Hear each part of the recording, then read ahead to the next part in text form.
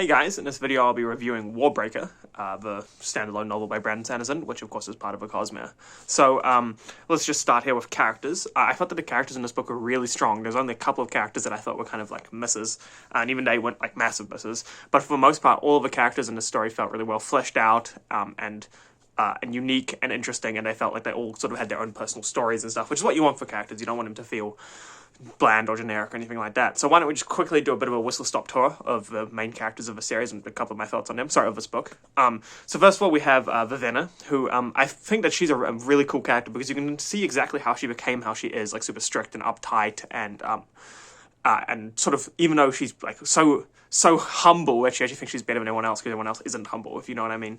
And Vivenna's a really great character as well because we get a really cool arc with her. Also, by the way, spoilers, so many spoilers. But we get a really cool arc with her where we see her sort of learning to actually truly be humble, I guess, and truly just understand how other people are and not to judge other people so harshly.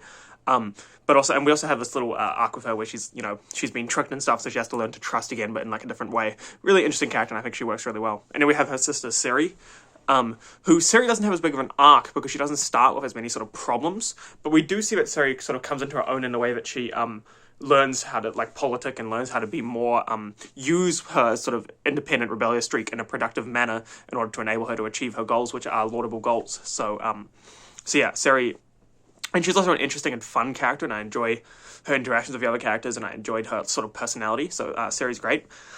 And then that probably takes us to the God King, who is Ciri's, obviously, like her husband, I guess, technically. And the God King's a really interesting character as well, because the God King doesn't necessarily change very much over the course of the story, although he does learn and become more like sort of worldly. But the main thing is that we learn more about the God King, because obviously he starts off as this big, intimidating figure that we think is probably quite evil. But as we learn, he's actually like a pretty stand-up dude, a pretty solid guy, and a good husband, right? And so we it was just really enjoyable getting to know him and and I also felt like he was really well written because of obviously he doesn't have a tongue and he couldn't read, so he obviously only had what the priests chose to tell him, and so it was really I think he was really well written in that way, and that he felt like that would happen if that was your situation. Then I guess let's move on to Vashta, who I thought was really cool. It was really nice getting his perspective. He hasn't necessarily had very much of an arc, but he's kind of like, I guess, just a Chadley character. He's just like a really strong, powerful, competent character, who we get to know a little bit like the God King. He doesn't necessarily change too much over the course of the story, but we get to know him a lot better, and we get to enjoy seeing him be competent and do competent things. And he's also provides a good foil to who I'm going to talk about next, which is Denth, who Denth is kind of and what we learn, obviously, is that Denth is a terrible guy, but at first we sort of see him as like a joking, friendly, but like violent guy, right? But what we realize is that his jokes and stuff are actually all part of like sort of like an act that he puts on both for everyone else and for himself. And it was really interesting sort of starting to see through that over the course of the story. And him and Vashta sort of contrast very well, where Vashta is like, what's the word? He's not very sociable, he doesn't talk very well, but he's actually a good guy, whereas Denth is a terrible guy, but he's very sociable and talks very well, and so people tend to like him and gravitate towards him. So it's just an interesting little comparison there. Then we have Tonkfar, who's Denth's friend, who I felt, he wasn't the strongest character, because I feel like his sort of character was generic evil person, but with that said, he pulled with the little twist we had of him seeming like a good guy at the start, and then we realized that he's evil towards the end of the story. I felt that worked really well for him, because it showed that like his jokes and fun side also had a dark side, I guess. It was just interesting seeing the little juxtaposition there. So I felt that made him stand out a little bit more than just generic evil guy. I also like Tonkfar actually in a way because he's kind of dopey and fun. Even though he's evil, he's kind of fun and dopey, and he's like sweeping everywhere and stuff. So I enjoyed that. Then we have Lightsong, who I really enjoyed Lightsong. He might be one of my favorite Cosmere characters, even. Just because he's so irreverent and so silly and so like dumb, I guess. But actually, he sort of redeemed himself in the end and is actually like a really great guy. And also probably plays the most pivotal role in this whole story in the end. So Lightsong, I really enjoyed. I really enjoyed seeing him go up to his various shenanigans. Which brings me, of course, to Larimar, his friend and chief priest. And also his brother, as it turns out, at the end of the story. And I thought Larimar was a really cool character. It was just really interesting seeing him like just suffering through Lightsong's like random shit. So I enjoyed that. Who else do we have? So I'm just going to talk. I also have Parlin, who's Vivenna's friend who gets killed by Denth and Tonkfar.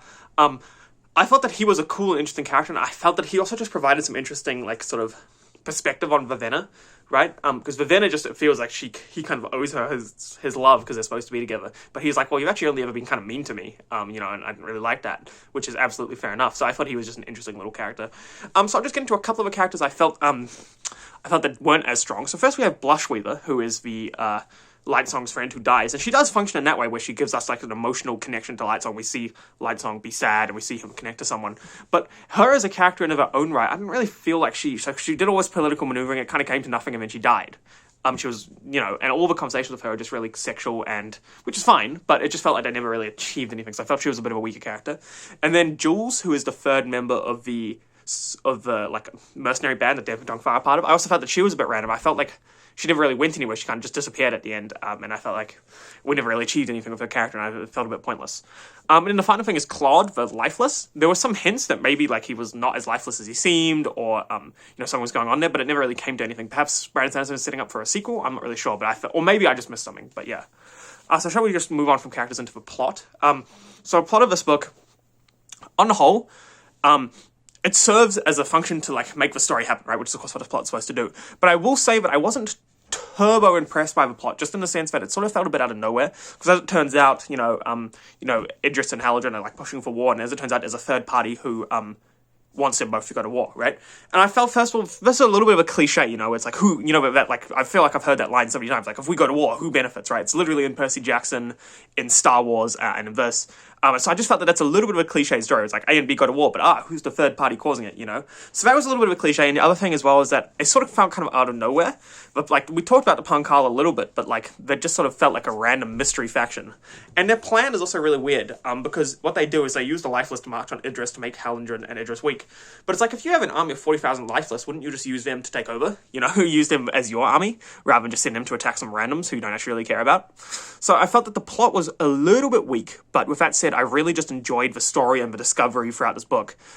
So I felt that in my mind, the plot almost became secondary to the mystery. So I was reading it for the mystery and like seeing what was going to happen and seeing what was going to happen with the characters, rather than for the plot, which I, like I said, felt a bit sort of tertiary and a bit sort of random.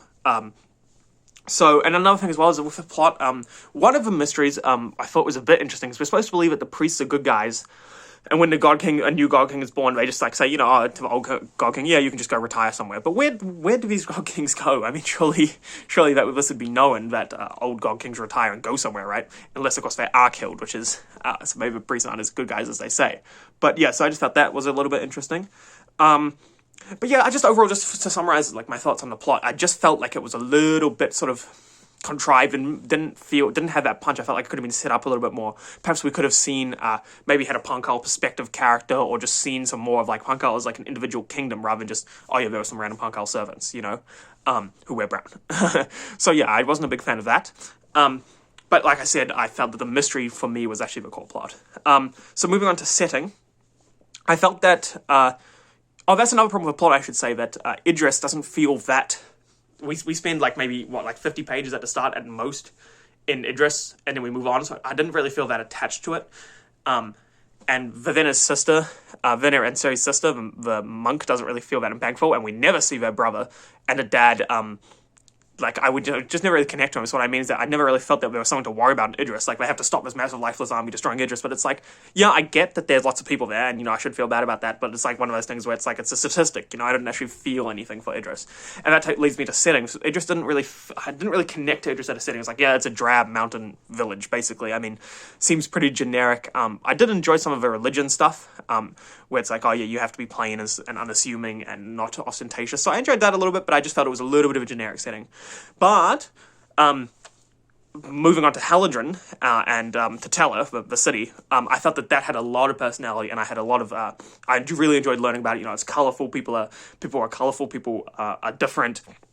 And it just felt like really real and interesting, and it felt like it had a lot of different areas, there's like slums and rich areas, and it felt like a very real city, rather than, sometimes when you read fantasy, you're like, the whole city was medieval houses of 5x5 or whatever, but it really felt like it had individual areas and stuff, and I enjoyed that little bit with Vivenna spending time in the slums, and we get to experience that, and we get to see like the Idrian Quarter, sort of put me in mind maybe of like Chinatown in New York and that sort of thing.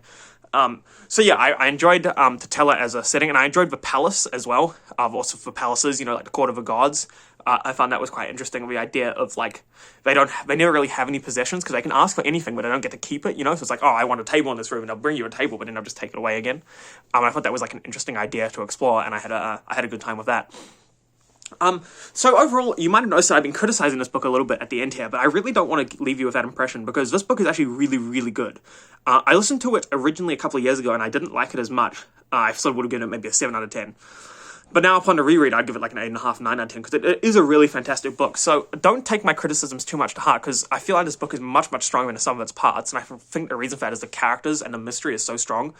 So we have these characters we care about and are interesting, discovering mysterious things. And I just felt that really, really functioned as a very strong plot. So I actually enjoy, even despite some of the stuff I've been saying, I actually enjoyed this book a lot, and I would be very, very keen for Sanderson to write a sequel, although I know that it might not be on the cards for a little while, if ever. But yeah, so really, really strong book, despite some of my criticisms, and I would 100% recommend you pick it up, particularly if you're a Cosmere fan. So some Cosmere spoilers here, so just be careful. But Vashta is obviously Xyle from the Stormlight Archive, and Vivenna is Azure. So this is a really, really good book to read if you want to understand more about the Cosmere, particularly if you're a Stormlight fan. So in fact, there's a scene in Rhythm of War where Xyle is messing with Kaladin using like awakened stuff, the magic system. So that reminds me, I should quickly touch on the magic system. Really good magic system. I really enjoyed it. So I would definitely recommend this book if you are a Cosmere fan, particularly if you're a Stormlight fan, because it just really adds a lot of context to some of those Stormlight books. 100% would recommend this book. Hopefully I will be reviewing next, just finishing my Cosmere. Hopefully now I will have reviewed every Cosmere book. I just need to do the short stories from Ars Arcanum or whatever, Arcanum Unbounded. Some of the, Sixth of the Dusk and all that. I just need to finish reviewing that, and then I believe I will have reviewed every Cosmere book. So that's awesome. Anyway, have a great day. I really hope you enjoyed the video, and I hope you'll look forward to me finally finishing off the Cosmere, and I will catch you in the next video. Have a great day.